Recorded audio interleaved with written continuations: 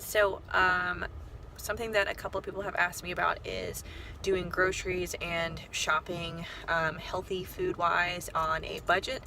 So I'm going to kind of go through what I do when I go to the grocery store. I usually go to Trader Joe's.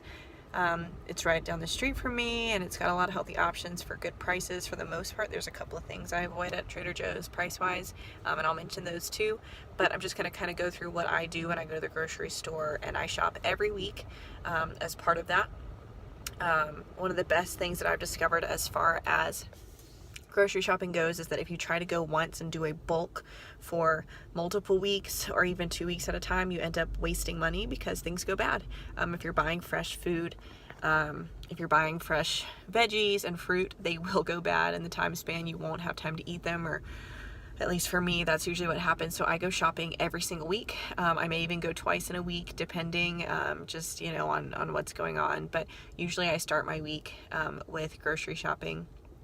And that's just become a normal thing for me so that I don't waste that, and I use the veggies for that week or all of the fresh ingredients for that week to help me. The other thing that I do is I've given myself a $50 budget per week. So that's $200 of groceries a week. That's me trying to limit eating out to, once or twice a week. I may eat at Lifetime for snacks and stuff sometimes, which is just going to happen, but I try to limit that as much as possible. Stone and I also split meals, so that helps as far as, I can get away with an extra meal out over the weekend that I'm not necessarily paying for. But that's how I do it. So I'm going to show you how when I go through the grocery store that's what I do. So we're going to go into Trader Joe's. I'm going to go over some of the things I'm buying. I'm going to try to not look like a crazy person talking to myself, so I'll do some probably voiceover stuff instead, so you'll see that. But yeah, so I work off that budget, and we'll go from there.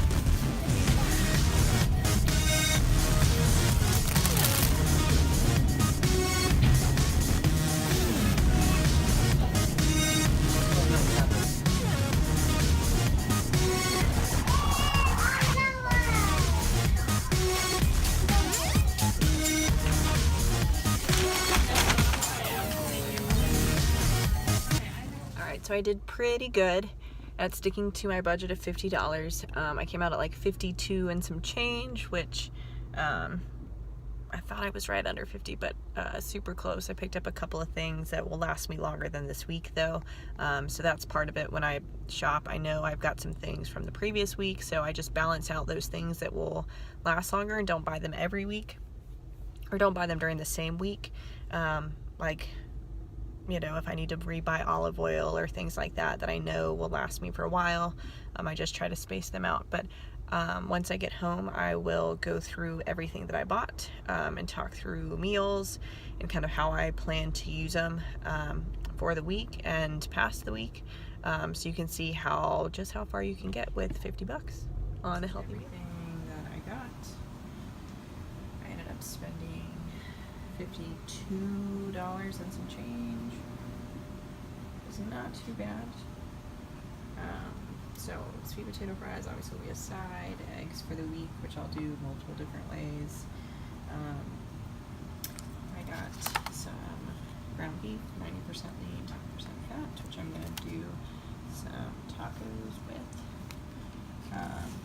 Some grilled chicken strips, so they come already done. It's super cool. It's like $5 for this whole thing. Some baby spinach, which again I'll use multiple different ways in smoothies, salads. Basically those two things, but different versions of them. And some romaine hearts to do for salads as well as for tacos tonight. A big ol' head of broccoli. It's always cheaper to buy the head of broccoli than the pre-cut ones.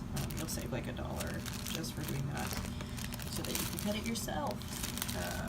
My kombucha, which I always get. Some taco seasoning for your Cinco de Mayo.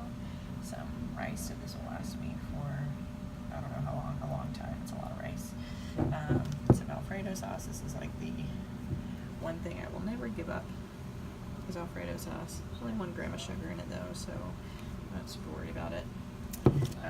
Unsweetened original almond breeze almond milk for smoothies.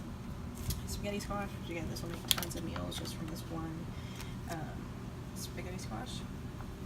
So I'm going to do some pasta with Alfredo sauce and throw some of this chicken in there with it. Gotta have your bacon, always getting uncured, so there's no extra sugar that you don't need. Veggie fried rice and some strawberries for a snack. So that is how I do my grocery shopping pretty much every week. I let myself do some stuff that is not healthy sometimes, and that's normal.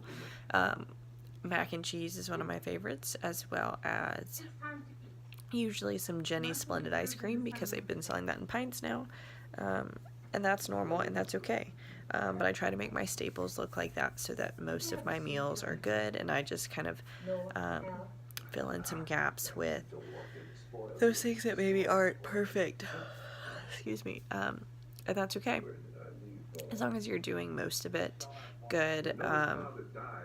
Food wise, as far as planning out your meals ahead of time, getting greens in, I try to make sure I'm getting greens in starting in the morning, get them in at every meal, really just focusing on real ingredients. You see most of the things in my cart were real foods. It was not a bunch of prepackaged stuff. The veggie fried rice was prepackaged, the sweet potato fries are prepackaged, or processed foods. But still not the worst versions of those kind of things that you could be doing. And that's kind of my main focus, is if most of the ingredients in my basket or my cart are real foods, I know I'm doing a good job about what I'm putting in my body, and that's the easiest way to control it. You also saw how I'm making plans on meals out of them. So for example, the spaghetti squash is not something I do every week, but I know I can make a meal out of that. I threw in some chicken that I normally buy. Those grilled chicken strips is something I do regularly. Throw that in. I can throw some spinach into that. I can throw some broccoli into that, along with the Alfredo sauce, which is like my one bad thing in that cart. And so the majority of that meal is still good foods, right? So pre-plan a couple of meals that you want to do for the week that are healthy and that you're okay with eating for more than one meal. So that's the big thing too for me. I don't want to plan out a meal and then it be something that I don't want to eat the leftovers of. If you plan a healthy meal, make sure it's something you want to eat again. So that's the main way I do it. Again, I use my phone as I go through the grocery store to keep it at that budget. I round up every dollar I spend. So if it's $2.29, I put $3 in. I add the next $4 or $3 or whatever it may be, to make sure that I'm not spending more than $50. And $50 works for me. I'm just feeding myself, usually maybe one other person for a couple of meals, but that's just for me. So $200 a month may seem like a lot, but it's definitely doable for less than that even.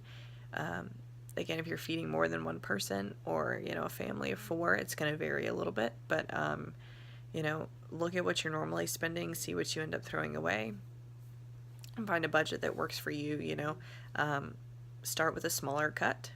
Maybe you spend $200 when you go to the grocery store normally. Try to cut down to $150 and see what happens from there. Just doing that by pulling your phone out and adding up as you go really ends up making you more aware of what you're putting in your cart, so that you can stick to a budget, but also make it a healthy budget, healthy food while on the budget. That's what I meant. So it's doable.